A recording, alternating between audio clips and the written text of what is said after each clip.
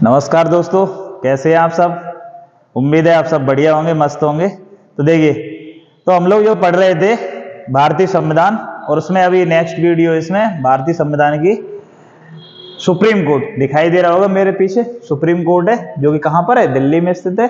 तो देखिए, चलिए यहाँ पे शुरुआत करते हैं, सुप्रीम कोर्ट के बारे में थोड़ा सा जानते हैं। इसकी नींव कहां से पड़ी, किस तरीके से बना है ये, ठीक है कि नहीं। चलिए, तो देखिए, सुप्रीम कोर्ट की जो सबसे पहले स्थापना हुई यहाँ पर, तो 1773 में क्या हुई, 1773 में एक एक्ट आया जिसका नाम क्या था, regulating act. Regulating act. Regulating act कब आया, 1773 में। और ये रेगुलेटिंग एक्ट है, ये किसके समय आया, तो उस समय बंगाल का गवर्नर जनरल था, क्या नाम था उसका, वॉरेन हेस्टिंग। क्या नाम था, वॉरेन हेस्टिंग। 1772 में उसे बनाया गया था, और 73 में वॉरेन हेस्टिंग एक एक्ट लेके आया, कौन सा, रेगुलेटिंग एक्ट। और इस एक्ट के तहत 1774 में सुप्रीम कोर्ट की स्थापना कहां की गई, कलकत्ता में की गई। कहां पर करी गई, कलकत्ता, बंगाल। क्योंकि बंगाल प्रेसिडेंसी, बंगाल का ही क्या था, ये गवर्नर जनरल था, कौन, वॉरेन हेस्टिंग। तो मेन केंद्र अगर देखा जाए आपको, तो बंगाल क्या रहा है, मेन केंद्र रहा है। जब 1912 में राजधानी बनी दिल्ली, उसके बाद दिल्ली फोकस में आई। उससे पहले पूरा जो भी काम है वो कहां पे हो रहा है, कलकत्ता में होने वाला, ठीक है कि नहीं। तो इस तरीके से अगर पूछे जाए एक्ट कहां से आया, किस तरीका से सुप्रीम कोर्ट, तो रेगुलेटिंग एक्ट के तहत 1774 में की गई। कहां पर करी गई, वो भी कलकत्ता में। और किसके समय, वॉरेन हेस्टिंग के समय। तो उसमें जो जज बन के आया ना, मुख्य न्यायाधीश, चीफ जस्टिस, यानी मुख्य न्यायाधीश। मुख्य न्यायाधीश कौन बन गया है, मुख्य न्यायाधीश। तो ऐसा कहा जाता है, इसका एक मित्र था, क्या नाम है, एलिजा एम्पे। एलिजा एम्पे, एलिजा समझ गए, महिला मत समझ लेना, पुरुष है ये, एलिजा एम्पे। एम्पे, ठीक है कि नहीं। तो एक एलिजा एम्पे प्लस 3 अन्य न्यायाधीश, यानी क्या था, 1+3 का कॉन्सेप्ट था। ये क्या होगा, एक होगा कौन सा, मुख्य न्यायाधीश, और 3 क्या होंगे, अन्य न्यायाधीश, ठीक है कि नहीं। ये क्रम चलता रहा। जब देश स्वतंत्र हो गया, तो फिर दिल्ली में स्थापना करेगी किसकी, सुप्रीम कोर्ट की, जो अभी वर्तमान में कहां पर स्थित है, ये वाले ये बिल्डिंग है, दिखाई दे रहा होगा, ये कहां पर है, दिल्ली में। चलिए वीडियो पे चलते हैं सीधा, कहां पर, पीडीएफ पे, और उसमें समझेंगे इसके आर्टिकल वगैरह क्या क्या चीजें। जैसे बात करें सुप्रीम कोर्ट की, तो सुप्रीम कोर्ट में आर्टिकल कहां से 124 से लेके कहां तक पढ़ने वाले आप, 147 तक, ठीक है नहीं। और उसके बाद क्या है, ये पूरा कंप्लीट करेंगे, वीडियो को अंत तक बने रहिए, एकदम बढ़िया तरीके से समझाया जाएगा। चलिए देखते हैं इसको, आते हैं।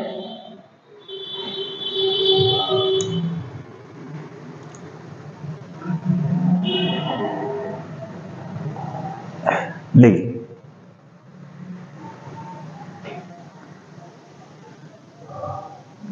दिख रहा होगा सही से। देखिए, सुप्रीम कोर्ट उच्चतम न्यायालय है, वो कहां से कहां तक है, आर्टिकल है आपका 124 से लेके 147 तक, अभी मैंने बता दिया था आपको। और इसमें अगली बार में क्या कहा गया है कि सुप्रीम कोर्ट की स्थापना जो पहली बार करी गई थी, सुप्रीम कोर्ट की स्थापना वो कहां पर करी गई है, सुप्रीम कोर्ट की स्थापना यानी उच्चतम न्यायालय की स्थापना 1773 के रेगुलेटिंग एक्ट के तहत कहां पर करी गई, 74 में करी गई, वो भी कलकत्ता में। ये भी मैंने बता दिया आपको। अब देखिए, उसमें क्या था, 1+3 का कॉन्सेप्ट था, यानी एक मुख्य न्यायाधीश और 3 क्या थे, अन्य न्यायाधीश। और एक कौन बन गया थे, एलिजा एम्पे, जो मैंने अभी आपको बता दिया था। अब उसके बाद क्या है, जो भी मैं बता रहा था आपको, सुप्रीम कोर्ट की क्या है, स्वतंत्रता के बाद 26 जनवरी 1950 को सुप्रीम कोर्ट की स्थापना, ध्यान रखना। लेकिन उद्घाटन पूछा जाए, इसका प्रश्न पूछा जा चुका है, तो क्या होगा, 28 जनवरी 1950 को ही हुआ था, ठीक है कि नहीं। और पहले भारत के मुख्य न्यायाधीश कौन थे, हीरालाल जे कानिया। तो भारत के पहले जो मुख्य न्यायाधीश हैं सुप्रीम कोर्ट के, कौन है, हीरालाल जे कानिया। देखो, तो क्या कॉन्सेप्ट था इसमें, 1+7, यानी एक मुख्य न्यायाधीश 7 अन्य न्यायाधीश। जो पहली बार हुई 73 में, तो कितने, 74 में हुई, तब कितने थे, 1+3 एलिजा एम्पे थे, 3 अन्य थे। यहां पे क्या है, एक हीरालाल जे कानिया पहले, और एक और 7 इनके साथ में क्या है, अन्य न्यायाधीश। बात क्लियर है इतनी, आगे देखिए। अब ये सुप्रीम कोर्ट है, मैंने बता दिया अभी आर्टिकल कितने से कितने तक है इसमें, सुप्रीम कोर्ट के लिए आर्टिकल है इसमें 124 से लेके 124 से लेके आर्टिकल है 147 तक। तो इसमें सब पूरा किसके बारे में, सुप्रीम कोर्ट के बारे में। ये ध्यान रखना क्या चीजें किस तरीका से, बहुत बढ़िया तरीका से समझने वाले हैं। देखिए पहला ये आर्टिकल है इसमें कौन सा 24 क्या कह रहा है, भारत का एक क्या होगा, सुप्रीम कोर्ट होगा। सुप्रीम कोर्ट कितने भारत में, एक है, ध्यान रखना। हाई कोर्ट पूछेगा तो कितने 25 है, वो प्रत्येक राज्य में होता है। जब हाई कोर्ट वाला पढ़ेंगे आर्टिकल तो वहां पे पढ़ेंगे, ठीक है क्या। देखिए तो 124 में कह रहा है सुप्रीम कोर्ट यानी कि उच्चतम न्यायालय। अच्छा ध्यान रखना, उच्चतम न्यायालय को और क्या बोलते हैं, सर्वोच्च न्यायालय भी बोलते हैं। ये ध्यान रखना, क्या बोल रहे हैं, सर्वोच्च न्यायालय।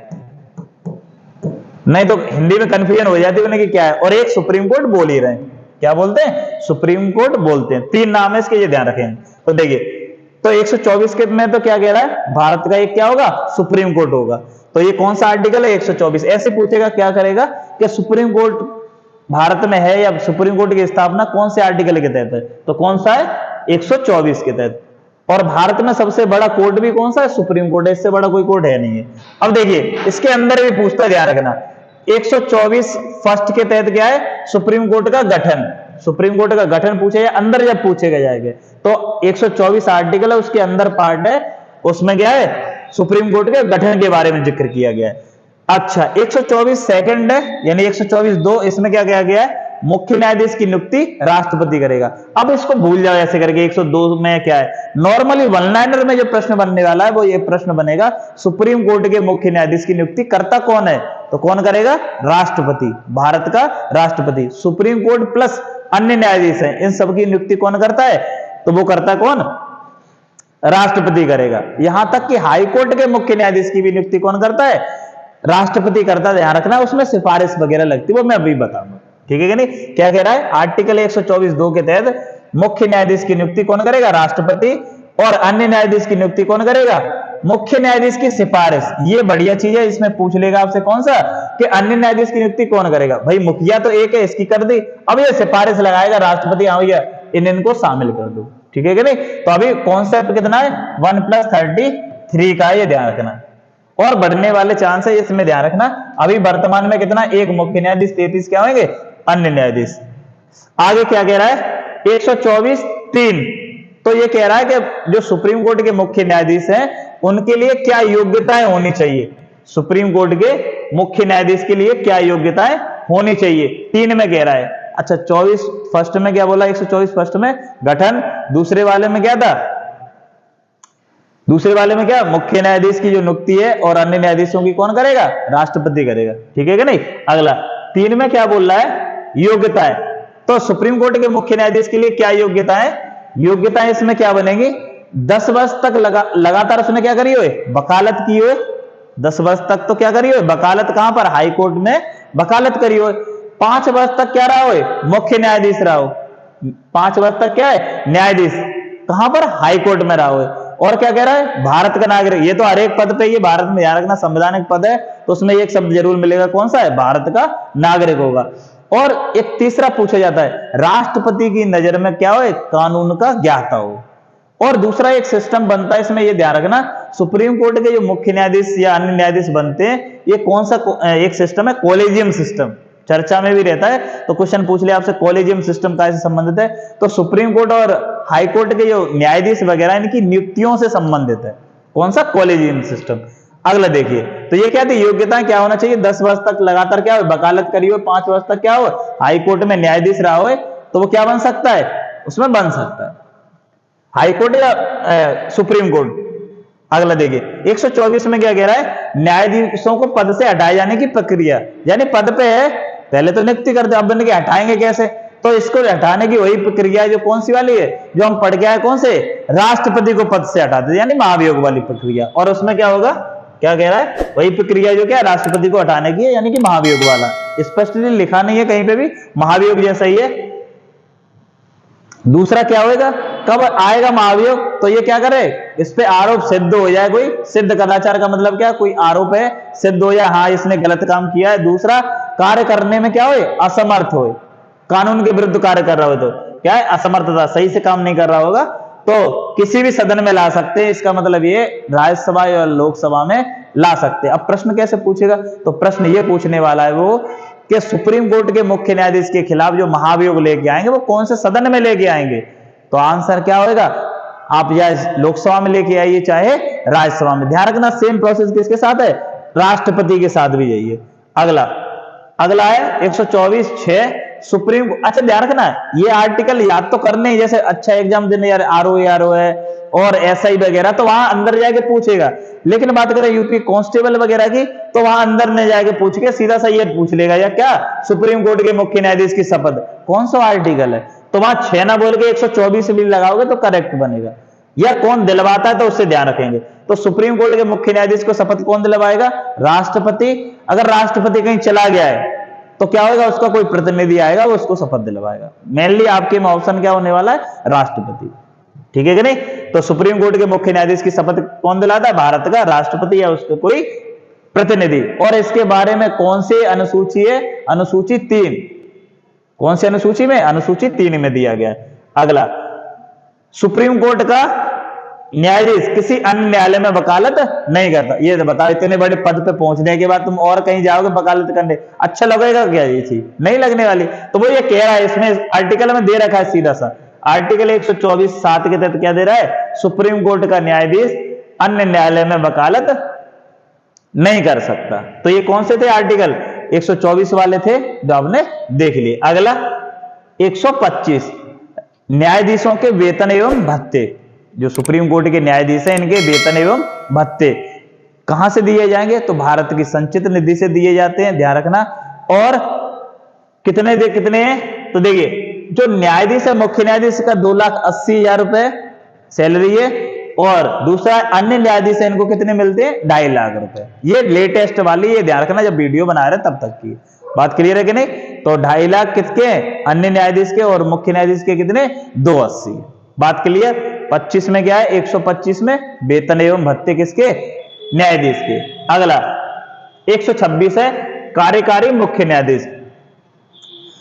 कार्यकारी मुख्य न्यायाधीश क्या चीज है ये समझिए जरा। कार्यकारी मुख्य न्यायाधीश का मतलब ये है जब मुख्य न्यायाधीश नहीं हुए, छुट्टी पे चला गया है या घूमने फिरने, अरे भैया आदमी तो कहीं जा सकता घूमने के लिए, पिकनिक वगैरह मंगाने के लिए, तो उस टाइम जब पद खाली होएगा तो उस टाइम अध्यक्ष कौन बनेगा, यानी कि सुप्रीम कोर्ट। ये तो है नहीं कि भाई वो चला गया तो कोई काम तो करेगा कहीं ना कहीं। तो ये कार्यकारी मुख्य न्यायाधीश क्या होता है, जो मैंने अभी बताया ना 1+33, तो उन 33 में तो ये जो वरिष्ठ न्यायाधीश होगा उसको ही क्या बना दिया जाएगा, कार्यकारी मुख्य न्यायाधीश। और क्वेश्चन ये पूछा जाएगा कार्यकारी मुख्य न्यायाधीश की नियुक्ति कौन करेगा, तो ध्यान रखना नियुक्ति कौन करता है, अरे भैया उसकी करिए तो इसकी भी कौन करेगा, राष्ट्रपति करेगा। ये ध्यान रखना कौन करेगा, राष्ट्रपति करेगा कार्यकारी मुख्य न्यायाधीश। तो कार्यकारी मुख्य न्यायाधीश कहां पर है, सुप्रीम कोर्ट में, आर्टिकल 126 में। अगला कह रहा है 127 तदर्थ न्यायाधीश। तदर्थ न्यायाधीश क्या होते हैं, जैसे हाई कोर्ट, जैसे वहां पे कोई चल रहा है, एक होती है पीठ, जूरी इसको बोलते हैं आप, जजों के पैनल को क्या बोलते हैं, जूरी, या आप कह सकते हो पीठ बनाई जाती है। जैसे कोई जजमेंट देने जा रहा है, इसमें 13 जजों की पीठ है, जिसमें 13 जज होंगे, ऐसे करके अलग अलग फैसलों के लिए अलग अलग जजों का क्या पैनल बनाया जाता है। अब जैसे कई जज कम पड़ रहे हैं, पीठ हमेशा ये ध्यान रखना विषम संख्या में होगी, 7 की होगी, 5 की होगी, 9 की हो सकती है, 13 की है। और ये और कमेंट करके बताएंगे सबसे बड़ी पीठ अभी तक बनी किस मैटर पे, कौन सा वाला मामला था उसमें बनी है, ठीक है, केशवानंद भारती वाला है। तो देखिए यहां पे क्या है, तदर्थ न्यायाधीश जो लाए कहां से जाएंगे, हाई कोर्ट से लेके आए जाएंगे, यानी कि जजों की संख्या कम पड़ रही होगी तो हाई कोर्ट में जो जज होंगे ना उनको क्या कर लिया जाता है, सुप्रीम कोर्ट में बुला लिया जाता है, जजों की संख्या कम पड़ रही है, आप आ जाओ। तो ये ध्यान रखना है कहां से लाए जाते हैं, तदर्थ न्यायाधीश सुप्रीम कोर्ट से लाए जाएंगे। बात क्लियर है इतनी। अब देखिए इसके बाद है आर्टिकल आपका कौन सा, 128। तो 128 क्या, सुप्रीम कोर्ट की बैठकों में क्या है, सेवानिवृत्त जो न्यायाधीश है उनको शामिल करना। सेम प्रोसेस वही वाला है, कहां पे लेके आ रहे हैं हम, जैसे कम ही पड़ रही है तो हम जो सेवानिवृत्त न्यायाधीश है उनको क्या कर सकते हैं, रिक्वेस्ट कर सकते हैं, हाँ भाई आ जाइए, काम ज्यादा है, आपके इतना अनुभव है, हमें आप क्या है उसको अनुग्रहित करिए, तो उसको बुला लिया जाता है। अगला 129, ये ध्यान रखना बहुत पूछा जाता है पेपर में, 129 सुप्रीम कोर्ट का अभिलेख न्यायालय होना। इसका मतलब क्या है? सुप्रीम कोर्ट का अभिलेख न्यायालय होना। इसका सेंस ये है कि सुप्रीम कोर्ट ये कह रहा है कि मैंने कोई जजमेंट दिया है, मैंने कोई जजमेंट दिया है, तो उसको जो अन्य कोर्ट है या सुप्रीम कोर्ट ही बाद में क्या एक साक्ष्य के तौर पे पेश कर सकता है, वही है इसका मतलब अभिलेख न्यायालय होना। तो क्या है? ये कौन सा आर्टिकल है आपका? 129 है। अच्छा, जैसे तुमने देखा होगा कि इस मामले में सुप्रीम कोर्ट ने ऐसा कहा, ये न्यूज वगैरह में चलता नहीं, तो ये हम ऐसा ऑर्डर दे रहे हैं, कौन देगा? हाई कोर्ट ऐसा कर सकता है, ठीक है कि नहीं? तो सुप्रीम कोर्ट क्या है? अभिलेख न्यायालय। ये कौन सा आर्टिकल कह रहा है आपका? 129। अब देखिए 30 पे बात आती है। सुप्रीम कोर्ट न्यायालय यानी सुप्रीम कोर्ट है, उसका स्थान क्या है? ये आर्टिकल कौन सा है? 130, सुप्रीम कोर्ट का स्थान। तो सुप्रीम कोर्ट कहां पर है भाई? दिल्ली में। अभी तो इमेज दिखाई थी, कहां पर है? दिल्ली में। और इसकी बैठक कहीं पे भी बुलाई जा सकती है। 2 बार अभी तक बाहर बैठक बुलाई गई है, एक बार जम्मू कश्मीर में और एक हैदराबाद में, यही भी चीज लिखी हुई। अगला देखिए 131, सुप्रीम कोर्ट का क्षेत्राधिकार। क्या कह रहा है? सुप्रीम कोर्ट का क्षेत्राधिकार, यानी किस मैटर पे क्या करेगा ये? क्षेत्राधिकार का मतलब होता है भैया कौन सा क्षेत्र में काम कर सकता है, यानी किस मैटर में सुलझाएगा किसी भी मैटर को। अब देखिए क्षेत्राधिकार का क्या होगा? जैसे भारत में बात करी जाए, अब जैसे किसी ने किसी को थप्पड़ मार दिया, सुप्रीम कोर्ट में तो चले नहीं जाओगे, कहां पहले भैया? अन्य न्यायालय भी तो बनाएगा, तहसील लेवल पे, फिर जिला लेवल पे, और उसके बाद क्या है? हाई कोर्ट होता है, जिले का सबसे बड़ा कोर्ट है, तो वहां तक सुलझा ये मैटर। अब बनने की वो वहां फोन नहीं उठा रही, सुप्रीम कोर्ट में चले आए, तो ऐसा तो होएगा नहीं। कहां पे? वहीं सुलझा लिया जाएगा। अब देखिए हमें क्या क्या क्षेत्राधिकार में, यानी सुप्रीम कोर्ट सुनेगा किस मैटर पे? जैसे 2 से 2 अधिक राज्यों का कोई विवाद हो गया, जैसे मान लीजिए यूपी और एमपी में कोई विवाद हो गया, तो कौन सुलझाएगा? हाई कोर्ट तो सुलझाने से रहा। अब जैसे यूपी का हाई कोर्ट है, यूपी की सुनेगा, और एमपी का होएगा तो वो काहे की सुनेगा? एमपी की। तो इस मैटर पे सुनवाई कौन करेगा? Supreme court. और सुप्रीम कोर्ट का क्षेत्राधिकार यही है कि संविधान में कोई भी मैटर बनता है संशोधन को लेके, जैसे अभी तुमने देखा होगा आर्टिकल जो 370 धारा 370 हटाई गई है, उसको लेकर पिटीशन डाल दी गई कहां पर? सुप्रीम कोर्ट में, कि ये इन्होंने किया 370 जो हटाई है, ये क्या है? गलत हटा दी है। तो सुप्रीम कोर्ट ने अभी जजमेंट दिया हाल ही में, क्या जी? कि नहीं, जो भी किया गया वो सही था, बिल्कुल नहीं। तो संविधान का अंतिम व्याख्याता भी कौन है? सुप्रीम कोर्ट है। ये किसके में आएगा? उसके क्षेत्राधिकार में आता है ये सब चीज, ठीक है कि नहीं? 2 या 2 से अधिक राज्यों के बीच विवाद है, तो उसको भी कौन सुलझाएगा? Supreme court सुलझाएगा। बात क्लियर है कि नहीं? अगला देखिए, देखिए 137, ये पूछा बहुत जाता है, ये ध्यान रखना। 137 क्या कह रहा है? न्यायिक पुनरावलोकन। क्या कह रहा है? 137 न्यायिक पुनरावलोकन की प्रक्रिया। ये हमने ली कहां से? तो यूएसए से ली है। न्यायिक पुनरावलोकन का मतलब है जैसे सुप्रीम कोर्ट ने कोई फैसला दे दिया, अभी मैंने बताया था कि सुप्रीम कोर्ट से बड़ा कोई कोर्ट है नहीं भारत के अंदर। अब बाने कोई गलती कर ली है तो क्या करेगा? ये तो है नहीं, अब जजमेंट अब कहां जाओगे? सुप्रीम कोर्ट, इंटरनेशनल वहां पे तो जा नहीं रह सकते, अंतरराष्ट्रीय न्यायालय, क्योंकि उसमें तो ये वाली सुनवाई नहीं होंगी, वो तो 2 देशों के बीच की होती है सुनवाई। तो उसके लिए क्या किया जाएगा? तो फिर सुप्रीम कोर्ट क्या कहेगा? अरे भैया सॉरी, क्या हो गया? ये हमसे गलती से भूल गया। हम क्या करते हैं? अपने ही वाले जजमेंट को क्या करेंगे? रिव्यू करेंगे। तो ये ध्यान रखना, न्यायिक पुनरावलोकन को क्या कहते हैं? रिव्यू। तो कौन से वाले? जैसे कहते हैं ना, अभी मैच वगैरह चलते होंगे, देखा होगा एम्पायर डीआरएस, तो ये डीआरएस है। ये 137 क्या है? डीआरएस है, यानी कि जजमेंट कोई क्या कर लेगा? अपने जजमेंट को रिव्यू करेगा बस। और फिर उसके बाद उसको लगेगा हमने कुछ उस मैटर में गलत कह दिया, तो वो सुधार करके सही से दे देगा।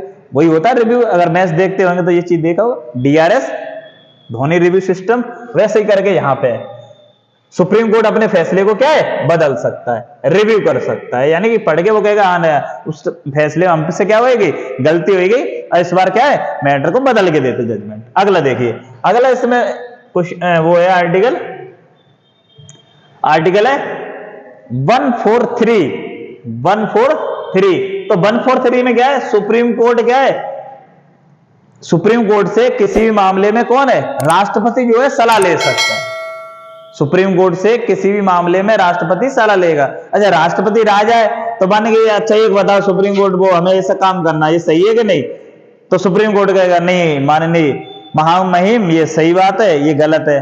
अच्छा, ये ध्यान रखना, जो राष्ट्रपति है वो सुप्रीम कोर्ट की क्या है? बात मानने के लिए बाध्य नहीं होएगा। बाका मर्जी है तो करेगा, नहीं तो नहीं करने वाला, ठीक है कि नहीं? तो ये कौन से वाले में सुप्रीम कोर्ट की सलाह ले सकता है? ये कौन सा वाला है? ये आर्टिकल है आपका कौन सा? 143। क्या कह रहा है? राष्ट्रपति सुप्रीम कोर्ट से किसी भी मामले में सलाह ले सकता है, राष्ट्रपति सुप्रीम कोर्ट की सलाह मानने के लिए बाध्य नहीं होगा, ये ध्यान रखना। फिर एक आता है कि सुप्रीम कोर्ट कितनी प्रकार की रिट जारी कर सकता है। ये आपने पढ़ा होगा जब मैंने पढ़ाए होंगे मूलाधिकार। क्या पढ़ाया होगा? मूलाधिकार। और उनमें पढ़ा था आपने आर्टिकल 32, जिसमें सुप्रीम कोर्ट 5 प्रकार की रिट कर देता है। तो इनके बारे में डिटेल से जानना है तो उस वीडियो को देखें जरूर, क्योंकि वो मैंने पहले ही बना रखा है, प्लेलिस्ट में आगे आप देख सकते हैं। देखिए, तो क्वेश्चन ये आता है कि सुप्रीम कोर्ट कितनी प्रकार की रिट जारी कर सकता है? 5 प्रकार की रिट जारी करेगा। पहला कौन सा है? बंदी प्रत्यक्षीकरण। कब करेगा? जब किसी को ऐसी कह के उठा ले गया, उसने कि कहां चला गया भैया, तो फिर आप उसका जो जिसका उठा ले गया उसका घर वाला पहुंचेगा भाई सुप्रीम कोर्ट। ध्यान रखना, बंदी प्रत्यक्षीकरण के लिए। तो सुप्रीम कोर्ट क्या करेगा? फिर वो कहेगा भाई हाँ भाई कहां है भाई, बंदी को क्या करिए हमारे सामने बुलाइए, और कैसा ससरी, ये नहीं कि भाई फोन करवा दिया हाँ भाई जिंदा है के मर गए, वो बंदी प्रत्यक्षीकरण। परमादेश मतलब हम आदेश देते हैं। उत्प्रेषण, अधिकार परीक्षा और प्रतिषेध। अधिकार परीक्षा में ये पूछ लिया जाता है, जैसे आप जिस पद पे हैं आपका क्या अधिकार है, अधिकार परीक्षा। जैसे तुमने देखा होगा सिपाही वगैरह हाथ देके गाड़ी को रोक देगा, चालान काट देंगे, तो चालान कौन काटेगा? दरोगा होगा, वही तो काटेगा। ये चीज है। तो ये सब किस में आएंगे? सुप्रीम कोर्ट में। तो देखिए दोबारा से आर्टिकल 124 सुप्रीम कोर्ट, यानी भारत में एक सुप्रीम कोर्ट होगा। आर्टिकल 125 जो न्यायाधीश है उनके वेतन एवं भत्ते। 126 कार्यकारी मुख्य न्यायाधीश। 27 127 में कौन सा है? तदर्थ न्यायाधीश। क्या होंगे? तदर्थ न्यायाधीश। 128 जो सेवानिवृत्त है उनको बुला लिया जाएगा। 129 सुप्रीम कोर्ट का अवलेख न्यायालय होना। और 130 सुप्रीम कोर्ट का स्थान कहां होगा? नई दिल्ली। 2 बार अलग बैठक बुलाई गई, ये लिखा था भैया, पीडीएफ भी मिलेगी। 131 में क्या? सुप्रीम कोर्ट का क्षेत्र अधिकार। फिर एक रिव्यू सिस्टम 137, जिसमें क्या है? सुप्रीम कोर्ट अपने ही जजमेंट को क्या कर सकता है? रिव्यू कर सकता है। कहां से लिए प्रक्रिया? यूएसए से। फिर एक आर्टिकल है कौन सा? 143, जिसमें सुप्रीम कोर्ट से क्या है? सलाह ले सकता है राष्ट्रपति। और आर्टिकल 32 के तहत सुप्रीम कोर्ट क्या है? 5 प्रकार की रिट जारी करेगा। अगला एक टॉपिक और है, इसमें छोटा सा ही है, अलग से बनाने की जरूरत नहीं, वीडियो इसी में समाहित हो जाएगा। देखिए, अच्छा ये बताने से पहले ये और ध्यान रखेंगे कि सुप्रीम कोर्ट के जो मुख्य न्यायाधीश है उसकी रिटायरमेंट की एज क्या है? सुप्रीम कोर्ट के, तो सुप्रीम कोर्ट के जो मुख्य न्यायाधीश है उसकी रिटायर की एज कितनी है? सेवानिवृत्ति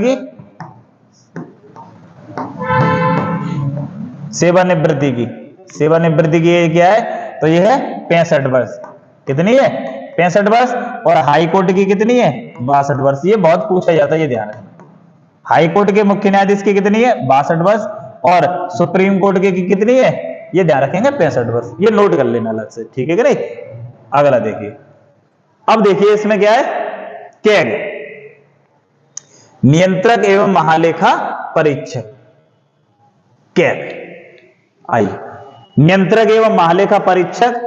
और ये किसमें आ रहा है? भाग 5 में आता है, ये ध्यान रखना। भाग 5 का अंतिम पार्ट ये बनता है कौन सा? नियंत्रक एवं महालेखा परीक्षक। आर्टिकल है 148 से लेके 151 तक। और इसको बोलते क्या है? सरकारी खजाने का रक्षक है। कैग को क्या बोलते हैं? ये है सरकारी खजाने का रक्षक, सरकारी खजाने का रक्षक, ठीक है कि नहीं? तो जैसे तुमने देखा होगा जो घोटाले वगैरह होते हैं उसको कौन उजागर करेगा? कैग। तो ये क्या काम किया गया? जैसे सरकार ने, आपने देखा बजट वगैरह पिछली बार में पढ़ दिए, तो मैंने कहा हमने इतने 1000 करोड़ का बजट पेश किया, काय को लेके? सड़क बनवाई बनाई। क्या कहा भैया हिसाब तो दो, कितने करोड़ लेकर गए, कितने लगाए आपने, कितना खर्च हुआ, हिसाब किताब दे। तो वो कौन है? सरकारी खजाने का रक्षक कौन है? ये है आपका कैग। अब देखिए, तो 148 आर्टिकल में क्या कह रहा है? नियंत्रक एवं महालेखा परीक्षक। ये 148 इसके लिए आर्टिकल है। और कैग की फुल फॉर्म क्या है? कंट्रोलर एंड ऑडिटर जनरल, ठीक है कि नहीं? CAG, CAG. सेवानिवृत्ति की इसकी क्या है? 65 वर्ष या फिर 5 वर्ष। 5 वर्ष का मतलब क्या है? यह है कार्यकाल। या तो 5 वर्ष पूरी कर ले। अब जैसे कोई 62 साल की एज पे क्या है? कैग बना है, तो वो क्या साल कर पाएगा? 3 साल, क्योंकि 65 वर्ष पूरी हो जाएंगे। यानी 5 वर्ष या 65 वर्ष जो पहले हो जाए, यानी 65 वर्ष के हो गए पहले, तो पहले हटा दिए जाओगे, 5 वर्ष कर लिए तो पहले जो पहले हो जाए, जो पहले हो जाए। तो ये किसके लिए? नियंत्रक एवं महालेखा परीक्षक के लिए। ये 149 अभी हाल ही में पूछा गया था एसएससी एमटीएस में। क्या है आर्टिकल 149 में? क्या है? नियंत्रक एवं महालेखा परीक्षक के कर्तव्य। ठीक है कि नहीं? तो सिंपल सा देखो, जब आर्टिकल आपको याद नहीं हुए तो आपको करने का तरीका यही है कि आप ये देखिए, ये मैं क्यों लिखता हूं 148 से लेके 151 तक, यानी कैग से संबंधित जो भी प्रश्न होंगे वो सब कहां होंगे? आर्टिकल 148 से लेके 151 तक। सुप्रीम कोर्ट के कहां होंगे? 124 से लेके 147 तक। बस सिंपल सा। अगला जो पहले है कैग, वो कौन थे? BN राव। कौन है? BN राव। क्या थे? पहले। ध्यान रखना, जो संविधान सभा थी उसके संवैधानिक सलाहकार भी कौन थे?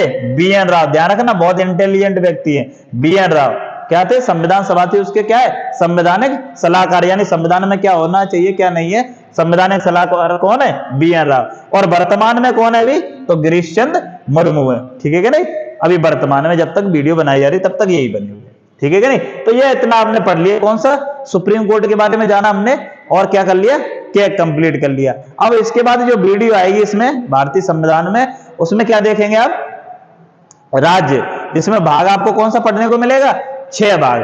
तो ये 5 भाग है। जिन्होंने अभी पुरानी वाली वीडियो नहीं देखी तो एक तरफ से पुरानी एक तरफ शुरू कर दी है, क्योंकि वैकेंसी लगी हुई है दोस्तों यूपी पुलिस की 60,000 की लगभग वैकेंसी है। अगर अभी नहीं तो कभी नहीं, इससे बढ़िया सुनहरा मौका कहां मिलने वाला है। ठीक है कि नहीं? मैं पूरी कोशिश रहेगी कि सारे सब्जेक्ट आपको क्या है यहीं कराए जाए, यूट्यूब पे बिल्कुल फ्री, कोई चार्ज नहीं है। बस देखो वीडियो में फ्री दे रहा हूं आपको, तो आप इतना तो कर सकते हैं। ये बताइए, लाइक करने के कोई पैसे तो लग नहीं रहे, तो लाइक करिए वीडियो को, और क्या करिए? कमेंट करिए। उसमें कोई चीज समझ ही नहीं आ रही, कमेंट करिए। जैसे कुछ बच्चे उसमें कमेंट करते तो मैं उसका रिप्लाई भी करता हूं पर्सनली। ठीक है कि नहीं? आप भी करिए, ऐसे बने रहिए साथ में। जय हिंद, जय भारत।